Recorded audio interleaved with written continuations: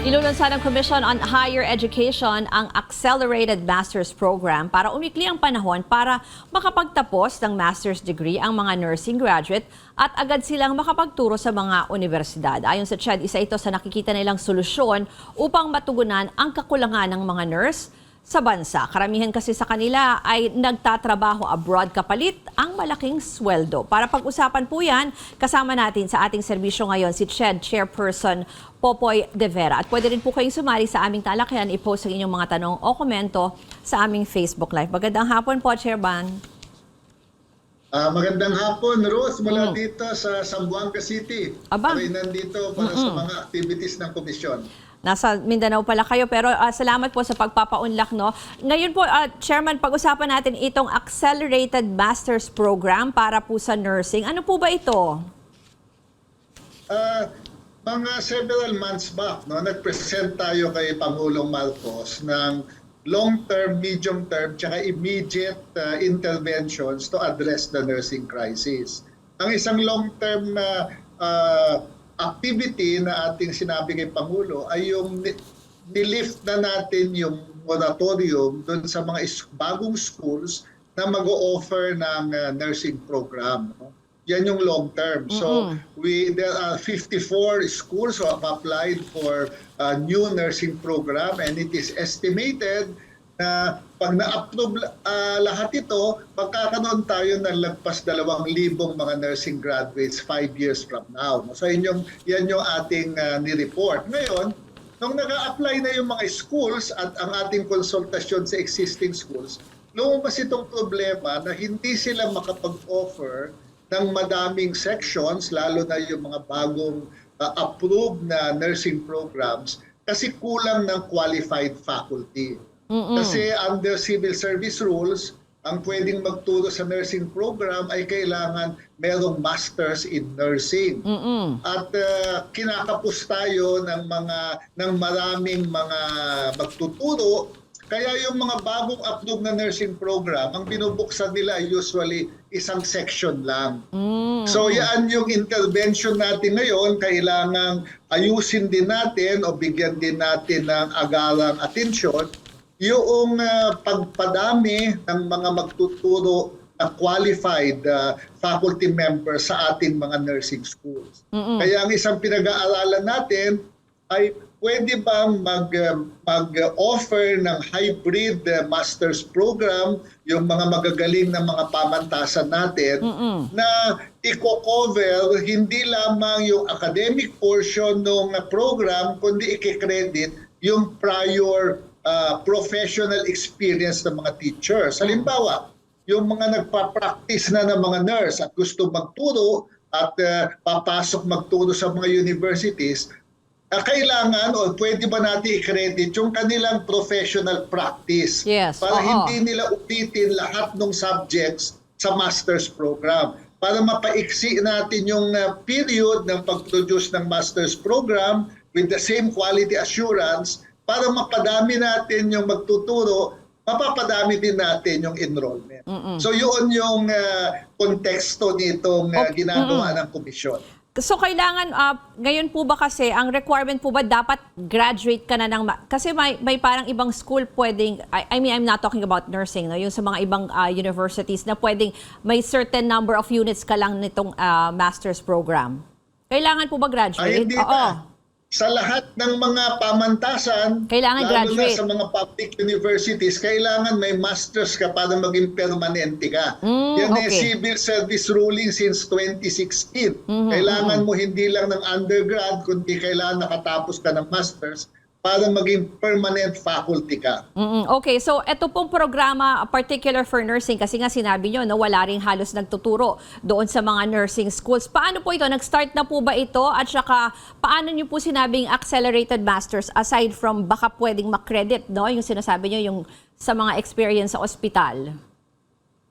Nakapag-approve na tayo ng mga ibang application ng mga bagong nursing program, no? Meron na tayong almost 1,000 additional students doon sa mga universities na na-approve, pero ang madami sa kanila, tigwa 1 section lang ang binuksan for this school year, no? So ang ating target ay kung mapapadami natin yung magtuturo, baka pwedeng yung mga nursing school sa mga susunod na school year ay makapag-open halimbawa ng 2 section instead of 1 section Yes, para oo. mas mabilis tayo makaproduce ng nurses. No, ngayon, tatlong option yung pinag-aaralan natin. Merong 3 mode ng hybrid master's program na fina-finalize natin ngayon.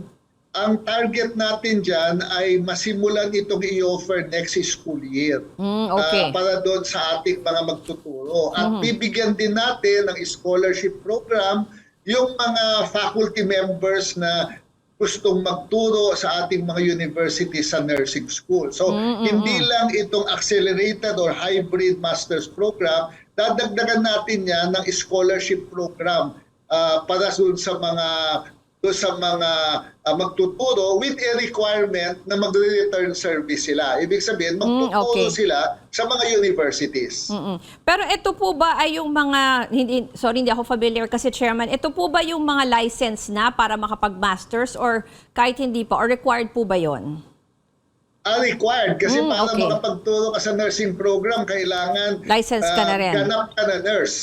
Yun ang starting point. Kailangan nakatapos ka na ng BS Nursing at saka ikaw ay nakapasa ng licensure. No? At kailangan mo ng masters. Usually, ang ginagawa ng mga pamantasan, mag-hire sila ng mga nagsisimula na ng masters and usually 3 years ang binibigay sa mga state universities para makumpleto mo yung masters mo para maging permanent ka. Pag hindi mo natapos yung masters mo, hindi ka magiging permanent after 3 years. That's the requirement of civil service. So yun ang tinatarget natin. Hindi lang yung mga papasok na faculty, yung mga existing faculty na wala pang masters, tulungan natin silang makatapos ng kanilang masters. Tsaka pwede rin po dito, Chairman, yung halimbawa may araw na nag-work sila mismo sa mga ospital, tapos pwedeng pag-free nila sakaling magkaroon ng hybrid dito sa Masteral.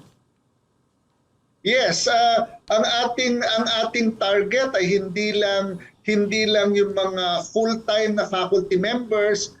Pwede din yung mga may practice na at gusto magturo, pero kailangan yung qualification standards natin ay mataas. Kasi gusto natin ang mapuproduce nating mga nursing graduates ay world-class. Alam mo naman, ang problema doon sa pag-address natin ng nursing shortage sa Philippines ay ang kakompetensya natin buong mundo eh.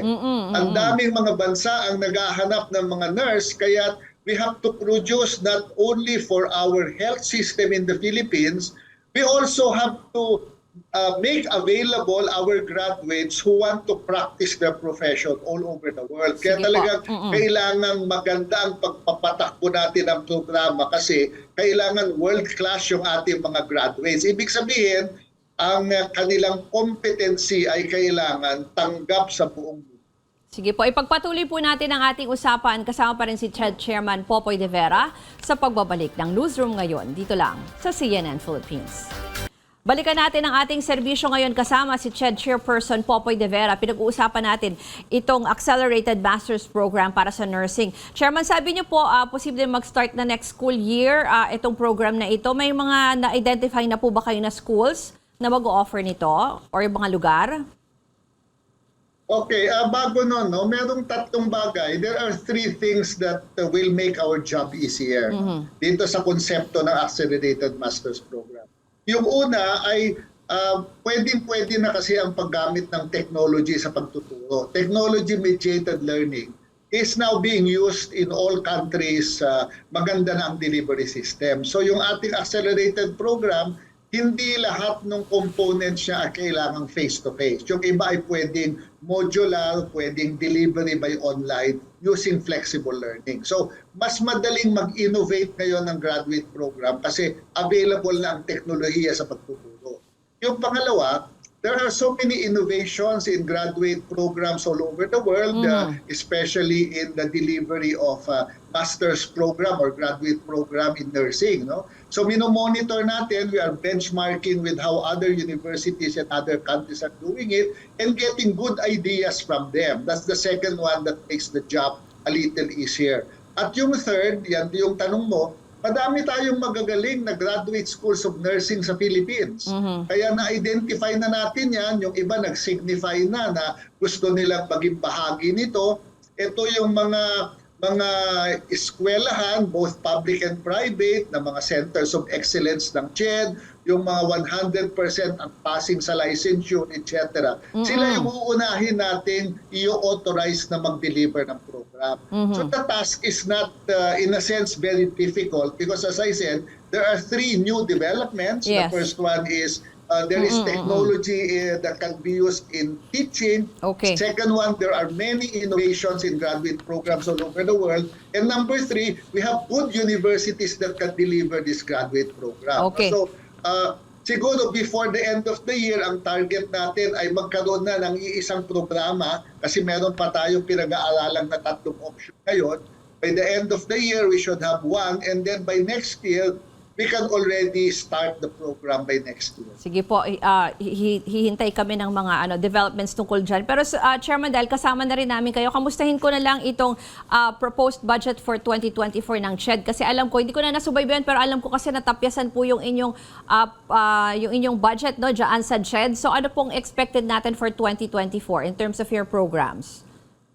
Actually, hindi naman natapyasan. Kung i-compare mo yung NEP namin ng 2023 at saka 2024, merong konting reduction lang.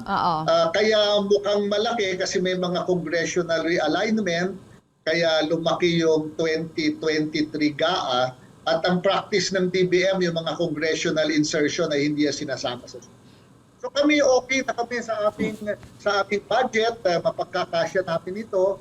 Although may mga membro ng Kongreso na nagsabi na meron silang mga idadagdag, so we welcome any addition, but we're not really asking for a very big increase. Yung aming mga in-identify na pwedeng idagdag ng members of Congress ay para sa mga bagong developments. Halimbawa, ito nga, scholarship program para sa mga nursing faculty, scholarship program sa mga nursing students. Yung mga yan kasi, nung nag-utos ang Pangulo at pinag-usapan ito, natapos nang gawin yung preparation ng 2024 NEP. So yan hindi namin na-propose. So ito yung mga pwedeng idagdag doon sa budget ngayon. Meron din kami programa together with the Department of Health and top universities to provide the re-skilling programs. Okay. Yung mga underboard, yung mga naka-employ sa public and private hospitals na hindi nakapasa ng licensure ng nursing, tutulungan namin sila with special review classes to be delivered by our top universities para maipasa nila yung nursing licensure para dumami din yung nurse natin. No? Sabi ko sa Pangulo, hindi na tayo kailangan maghintay ng 4-5 taon. Madami mga graduates ng nursing, for one reason or another, they were not able to pass the licensure. Baka naman kung focused at targeted review classes ang ibigay natin, maging nurse sila. No? So yan, hinahanapan din natin ng pondo yan. May mga legislators na nagsabi na magre-realign sila ng pondo para ma-subsidize natin yung special review classes ng mga clinical care associates who are employed in private and public hospitals who we will try to help become nurses. Sige po, so yan yung aming mga sinumite na request for additional funding. Pero Sige hindi po. naman malaki ito. Okay na kami sa aming budget. Sige po. Maraming pong salamat kay Commission on Higher Education Chairperson Popoy De Vera.